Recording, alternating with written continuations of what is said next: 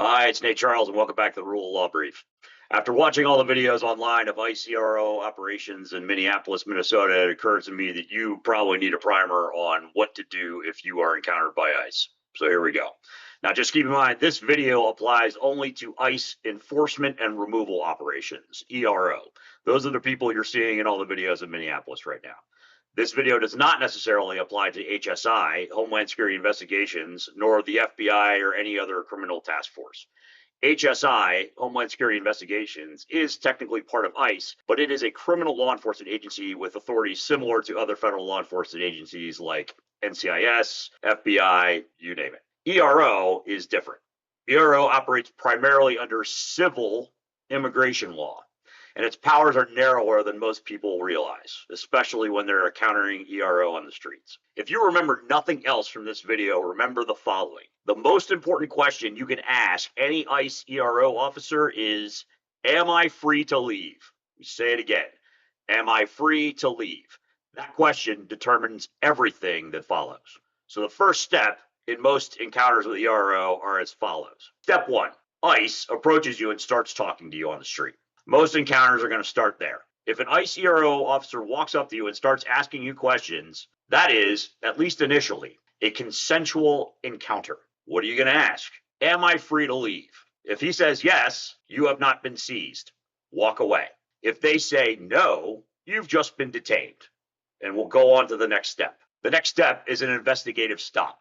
If the ICE ERO officer tells you you are not free to leave, it is an investigative stop. Now, an investigative stop requires the ICE ERO officer to have reasonable suspicion based on specific and articulable facts. Due to a recent and somewhat dismaying U.S. Supreme Court decision, race can be one of those factors, but it can't be the only factor. During an investigative stop, ICE ERO may briefly detain you, ask you limited questions regarding their suspicion, but they may not prolong the stop without developing probable cause, search your property without your consent or some exigent circumstance, which is an entire separate part of the law, or enter your private property. You may remain silent and you may refuse consent to the searches. If ICE cannot justify the stop, the detention is unlawful.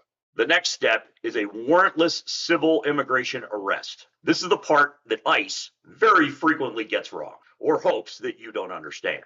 ICE ERO does have the ability to make a warrantless civil immigration arrest, and that comes from 8 U.S.C. section 1357A2. Now, that statute requires that ICE ERO have two things, not one, both. One, ICE must have reason to believe that you are a removable person. That is, that you are a non-citizen in the United States and there is grounds to deport you. Probable cause of removability. Not suspicion, not a hunch, probable cause. Second, and this is even more critical, ICE must also have probable cause that you are likely to escape before a warrant can be obtained. ICE must have articulable facts showing that you are a flight risk. Those facts can include prior absconding, use of aliases, imminent departure, or other similar concrete indicators. If ICE lacks either probable cause of removability or probable cause of flight risk, a warrantless arrest under 1357 is unlawful. That standard is statutory. ICE does not get to waive it based on its own convenience. Now, level 4 is an administrative warrant. ICE ERO may rely on an administrative warrant, specifically a warrant written out on Form I-200 or I-205. Now, critically, these are not Fourth Amendment search warrants. These are not the kind of arrest warrants that you heard about when you were watching Law and Order. Administrative warrants are different from judicial warrants because they come from ICE officers, not judges.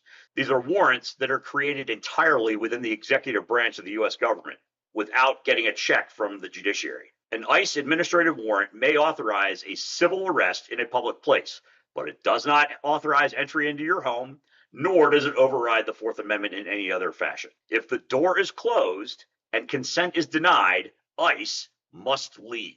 Calling it a warrant really doesn't make it a warrant for constitutional purposes. That's kind of a misnomer. Now, the last step is an actual warrant, a search warrant or an arrest warrant. What we're talking about here is the kind of warrants that you heard about when you were watching Law and Order. These are judicial Fourth Amendment warrants.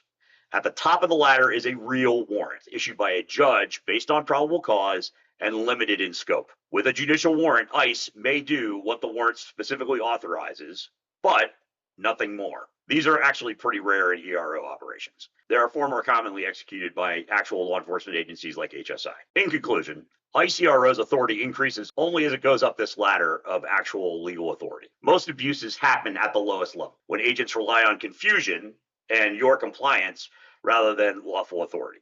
And that's what the intimidation is all about. The fact that these guys are wearing military tactical gear and running around in camouflage has as much to do with confusing you as it does with any real threat that they are facing. It's about intimidating you into compliance so that they don't have to move up the ladder of legal authorities. And once again, if you remember nothing else from this video, the most important thing that you can say, and maybe the only thing that you should say if you encounter ICE is, am I free to leave? If yes, leave. If no, you have just entered a legally constrained detention, whether ICE wants to admit it or not. Stay safe.